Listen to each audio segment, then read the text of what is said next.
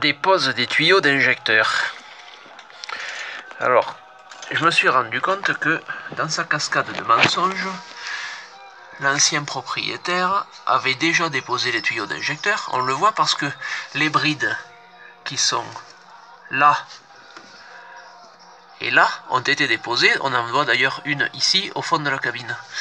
Ça veut dire qu'il les avait déposées, et ça veut dire que quand il me disait que le moteur n'avait pas tourné depuis 40 ans et que la remise en route serait facile parce que c'était du robuste, etc., etc., en fait, il l'avait déjà remise en route lui-même sur 2 cylindres, donc il connaissait déjà très précisément les contours, on va dire, du problème.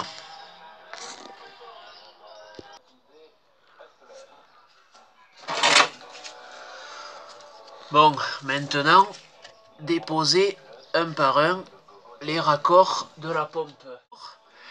Et donc, de repousser les pistons.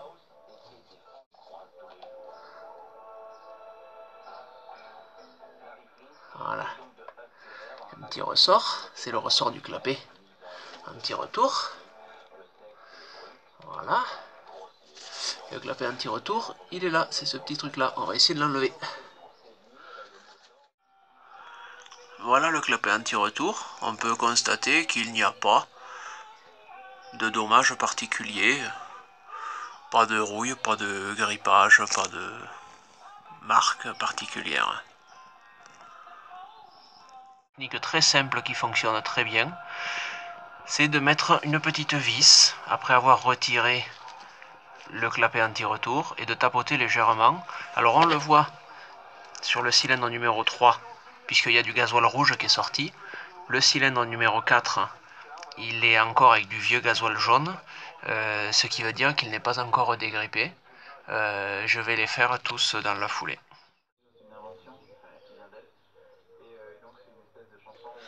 Bon, maintenant, il me faut tourner un petit peu le moteur à la main pour faire bouger tout ça. Donc, écoute, on va voir ce qui se passe.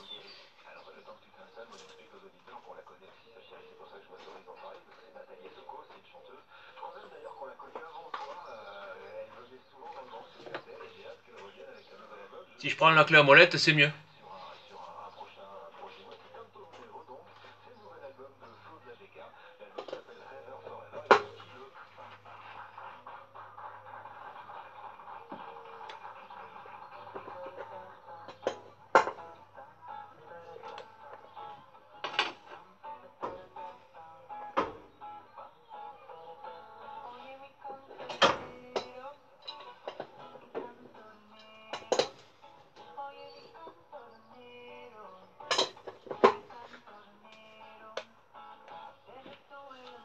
Oh, il y a de la compression, hein. Oh, des bien.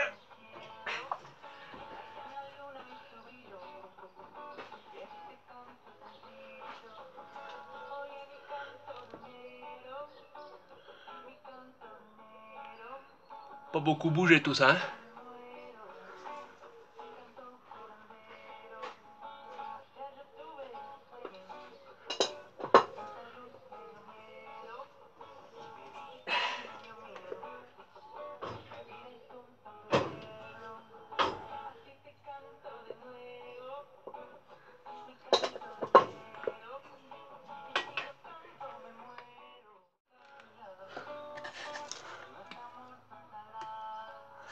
On peut repousser un peu celui-là, tiens.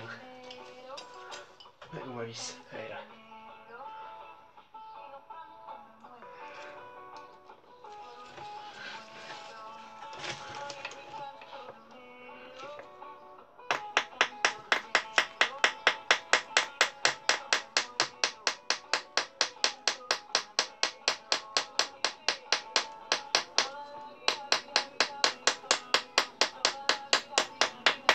Voilà, il est au bout. On entend le changement de sonorité. Là, faut pas avoir des gros doigts, hein.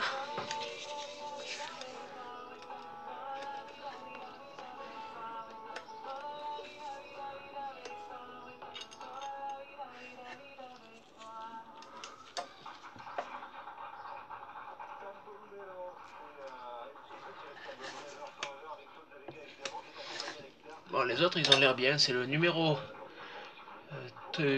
3, non 4, faudrait que j'arrive à le faire redescendre. Alors, peut-être combien? Ah, voilà. Ah, je sais pas si on voit, mais il est en bas. Voilà.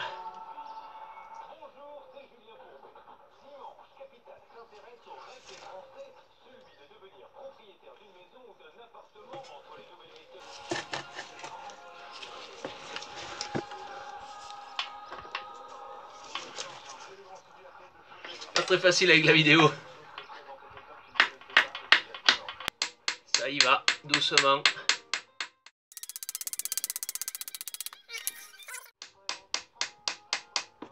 Voilà. Ça y est, allez doucement. Voilà, ben, on va continuer jusqu'à que ça soit libre.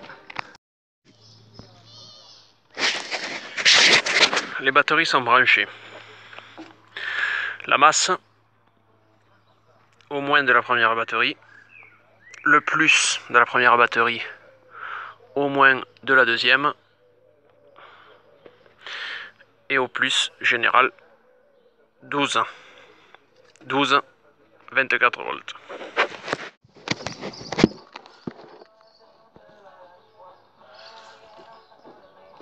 Alors, en balançant un coup de démarreur, on s'aperçoit que tous ont repris du fonctionnement, sauf le numéro 4. C'est normal, c'était le plus dur. C'est logique, hein?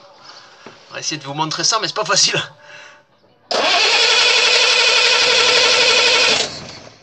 Voilà, on voit bien que le numéro 4, il redescend pas. On va lui donc faire une petite manip de plus.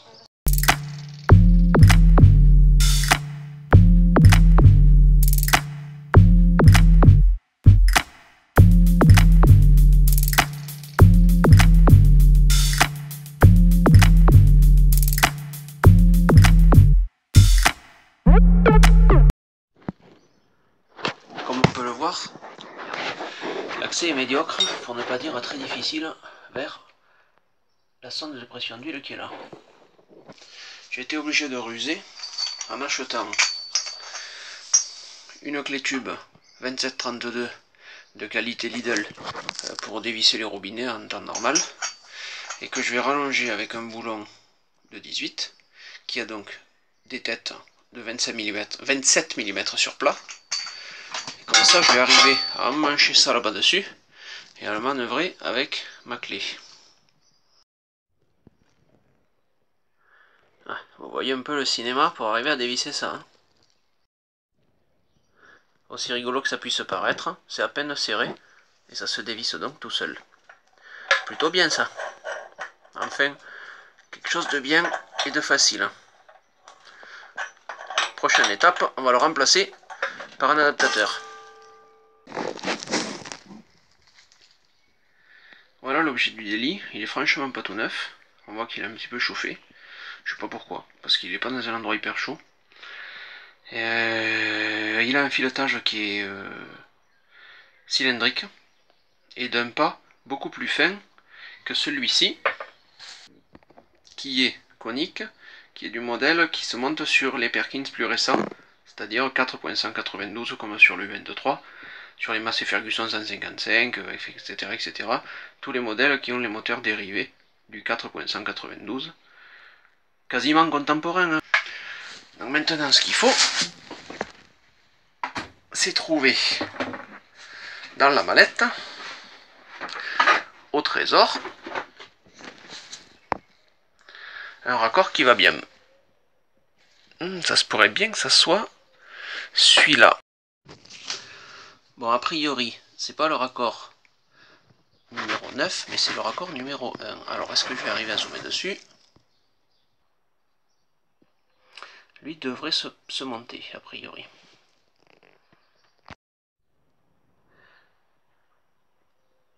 Le raccord est bien monté.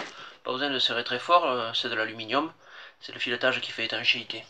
Maintenant, on prend le mano de la mallette secrète. Bon, en fait, c'est pas vraiment secret. Hein. Il est gradué, je sais pas si on le voit, oui, on le voit. Il est gradué jusqu'à 10 bars. Ça, c'est un raccord de type raccord rapide.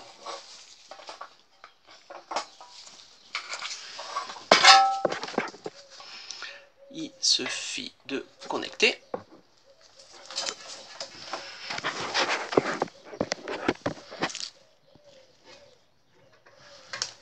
Voilà, c'est connecté. Maintenant, on attend la mise en route pour voir qu'est-ce que donne la pression. Bon, que vous dire, on devine qu'il manque quelque chose sous le filtre à huile, c'est parce que pour le moment, il n'y a pas la cloche de filtre à huile, j'attends le joint de la cuve. Dès que je l'ai, on teste et on regarde ce que ça donne.